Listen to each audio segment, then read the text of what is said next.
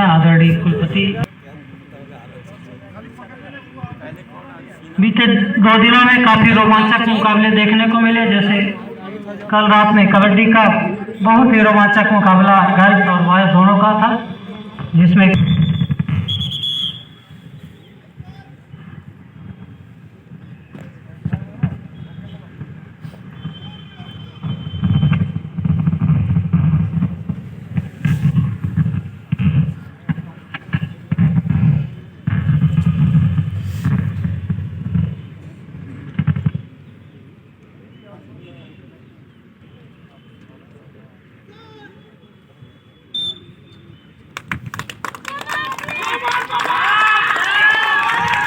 अपने खिलाड़ियों का अभिनंदन करते हुए सभी कॉलेजेस के लोग